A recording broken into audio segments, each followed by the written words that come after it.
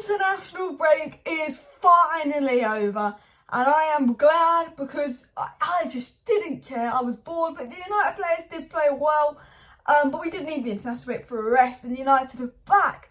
But today's news has been dominated by the story coming out of Mason Greenwood, who's had a meeting with United. Greenwood wants to come back.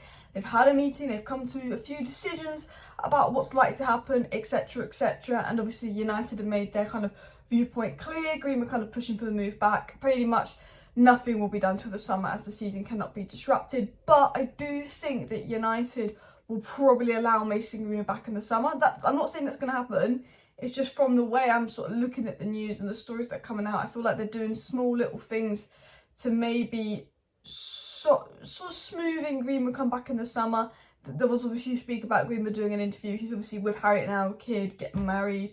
I do think there could be potential things along that line, but that's just me thinking that's not saying that's actually going to happen, but we'll discuss that in a second. And then we will get into some takeover news, because basically the Premier League have signed this new thing about human rights and all of this with takeovers and owners, and they didn't do this with Newcastle and they didn't do this with Man City. But as soon as they get word that United are going to get oil money, they panic because they know that we'll just be unstoppable with oil money. So they try to do this thing, but do not worry, because Sheikh Yassim will not be affected by it. It will not affect the Qatar's bid for United. It's still unstoppable. So we'll dive into that. But I want to get into the Mason Greenwood story.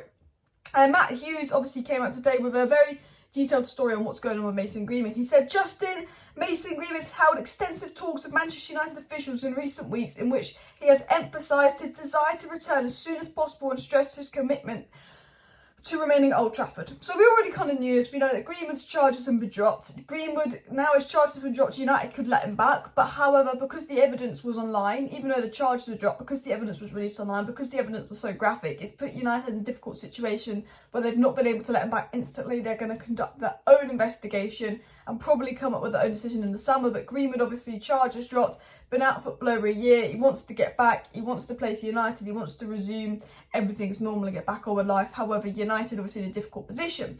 He then says Manchester United are adamant that they will not be rushed into making a decision in relation to Greenwood and are continuing to conduct due diligence into the circumstances surrounding his arrest and his off-the-field conduct. So obviously there was a report the other day about some off-the-field issues Mason Greenwood was having, other stuff he did off the field where his behaviour wasn't the best, lockdown breaches, doing this, doing that. I think with the lockdown breaches, obviously the incident in Iceland as well, just silly little incidents, you have to say that Greenwood is an 18-year-old, but obviously this incident with Harriet Robson was just one of those incidents where you're like, there's no excuse for this. This is just, it was horrific what we heard in the audio notes. And I think because of what we've heard with, even with the charges being dropped, United know this is a very sensitive thing. What was heard in the audio notes sounded very, very real. And people aren't going to be happy, and United can't rush a decision like that because sponsors, financial implications of it, fan implications of it, it's going to be a difficult thing for United to handle. Reportedly some people at United welcome Greenwood back, some people at United feel funny about it, like the women's squad. So United are making sure they don't rush that decision. Although Greenwood's putting pressure on them to come back, Greenwood would like to come back. United are very much like, we're not going to rush this decision. This is a big decision for us to make. We've got to make our own investigation. This evidence was leaked online. Just because the charges were dropped doesn't mean he's not guilty. Charges are dropped in these cases a lot. Obviously, we haven't seen the evidence from his side. He could release something and we could be like, that's weird. But from all the stuff that we saw and heard, most people will make the assumption, looking at that Greenwood is guilty because of just how horrific it was. It was absolutely horrific, disgusting stuff. And a lot of people will feel very strongly and not want him back, because when you hear that, you can't unhear it. It's, it's the evidence, allegedly, and that puts United in a difficult position. It was said that Manchester United are grappling with a difficult ethical, human, commercial and financial dilemma regarding Mason Greenwood, whilst there's also acknowledgement that making a controversial decision in the next few months could also disrupt the remaining 2022-23 campaign. So I think that's his way of basically saying nothing's going to be done for the summer. They're not going to disrupt what Ten Hag's doing. We're doing well. If you bring Greenwood back, that could change the dressing room dynamics. They're going to deal with that in the summer. Again, I think they talk about the financial implications of it. I think with the Glazers and Arnold currently in charge, they'll probably look at this not from what the fans want, not from an ethical perspective, but probably from a financial perspective. I think the Glazers, if they stay in charge, this decision will be on, will it cost us more to keep him because of sponsors, brand image, etc, etc. or will it, cost us more to let him go because then we'll have to go and buy another young striker? And Greenwood, at the end of the day, is a fucking fantastic player. Could get to the very top. Whether he'll be the same player, that's one to, test out. But he was meant to be our young striker for the future, and we need a striker. And that, I think that's also one of the most frustrating things about the situation is, how important and how good of a player he probably would have been under Ten Hag, which puts United in a situation where like they know that this player would benefit us, but is it worth it for the human side? Is it worth it for the financial side? And United won't look at what the fans want or what the players want or what Ten Hag wants. If the Glazers are in charge, they'll look at, will it cost us more or not? Will we have to sign a new striker or not? Because I think at the end of the day, the Glazers just think, oh, we only have to sign one striker, not two in the summer if Greenwood comes back. Oh, money saved. I think that's the way the Glazers would look at it. But I have to say, I'm glad I'm not the one making that decision. I think whoever has to make that decision has got a very hard decision to make because, people feel very strongly about this. Yes, the charges were dropped. Yes, obviously wasn't charged, but people do feel very strongly about this, and there's a lot of people that will be upset. So I have to say, I'm glad I ain't the one making the decision. It was said that Mason Greenwood has been told he will not return to training at Manchester United until next season at the earliest, with the club's internal investigation into his arrest on rape charges unlikely to be completed before the summer. So again, just reiterating the fact that Greenwood will not return to training and nothing will be done till the summer. I generally think, and this is just speculation, I don't know if this will happen, but I generally think that he'll probably return in the summer. Does that mean he'll play again? No, but I think United will let him back to training in the summer. There'll be a lot of PR stories. He'll probably do an interview, etc., etc. He goes back to training in the summer and then he's either sold to another club or maybe he gets reintegrated in the squad and plays again. But I think I see him come back in the summer, a few PR stories, and I think I see him being sold. That's what I think's going to happen. I don't know if that's going to happen. So just to clarify that. It was also said Manchester United are understood to be split on the issue of Greenwood, with staff in the football department arguing he should be given a second chance. But commercial executives more vary and amidst concerns over potential damage to their reputation. So, people are very split. We know that some people are like, he wasn't charged, he's been here a while, we don't know the full story. And other people are like, well, look, what was out there was horrific, it's so damaging, like, look what it's going to do to our brand reputation, and that's going to cost us money. It's not a good look.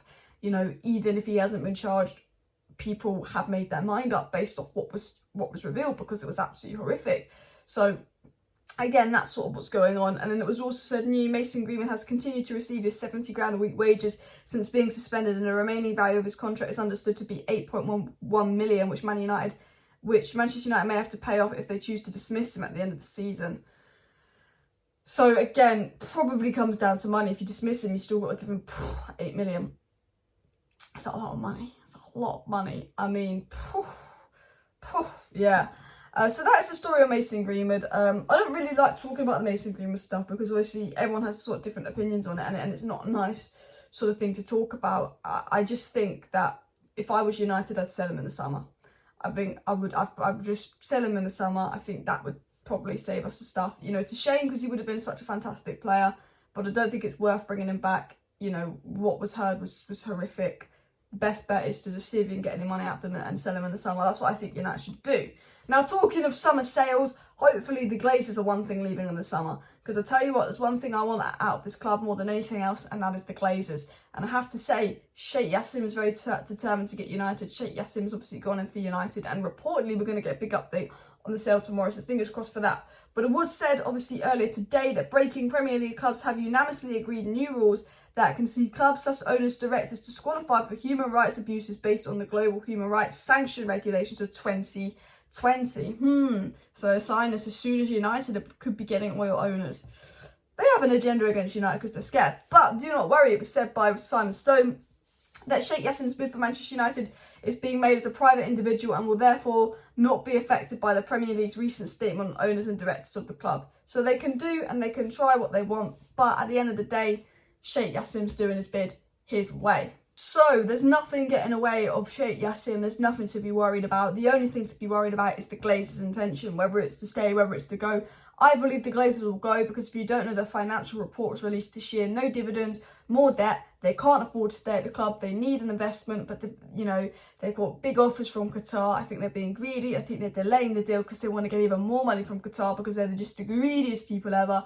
But I do think the Glazers will go, and I do think we'll get some updates on that soon, and I think Qatar are in the strongest position to be the next owners of United from what I'm hearing, but I wouldn't be surprised if they invite a third round of bidding to try and get more money out of Qatar. But I do think the Glazers need to go with the financial reports being released, strong indication that they can't stay for much longer. Even if they get investment, they're going to need more and more investment because they've run this club down. But anyway, guys, I will be back tomorrow morning with a Takeover news update video because I'm sure some news is going to come out tomorrow. Potentially a live stream tomorrow evening or a video. I'm sorry that there's barely been any live streams lately on the channel, but there's just not been, like, because it's international break, it's not been crazy amounts to talk about. But as of, you know, Saturday, we'll be back to pretty much daily live stream. So make sure you subscribe for that, smash a like, share the video. Thank you for watching. See you next time, and bye.